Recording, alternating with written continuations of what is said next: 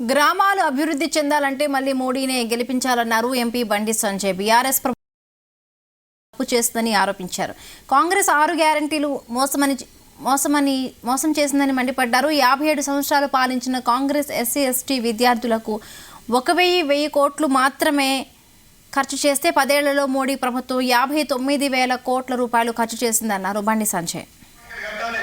గ్రామాల్లో గ్రామ పంచాయతీ బిల్డింగ్లు కట్టాలి, ఆ గ్రామంలో అభివృద్ధి చేయాలని చెప్పి అప్పు తీసుకొచ్చి అభివృద్ధి చేస్తే వాళ్ళకు బిల్లులు ఇవ్వకుండా ఇలా బీఆర్ఎస్ పార్టీ ప్రభుత్వం మరి ఏ విధంగా బిచ్చగాలని చేసిందో ఒక్కసారి ఆలోచించండి.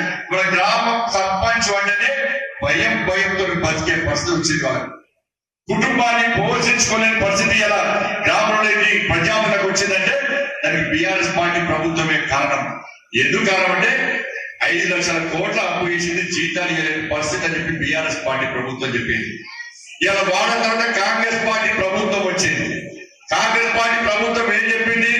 బీఆర్ఎస్ పార్టీ 5 లక్షల కోట్ల అప్పు చేసింది, ఇలా మేము అప్పులు తీస్తాం, 6 గ్యారెంటీలను మేము అమలు చేస్తాం, గ్రామ పంచాయతీలకు నిధులు ఇస్తాం, ఈ 6 గ్యారెంటీలు 100 రోజుల లోపల అమలు చేస్తామన్నారు.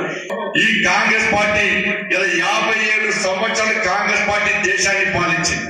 అందరు కూడా ఇవాళ తెలంగాణ రాష్ట్రంలో భారతీయ జనతా పార్టీకి అత్యధిక స్థానాలు రావాలి, దేశంలో నరేంద్ర మోడీ తిరిగి ప్రధానమంత్రి కావాలని చెప్పి ప్రతి తాజా మాజీ సర్పంచ్ కోరుకుంటున్న విషయం.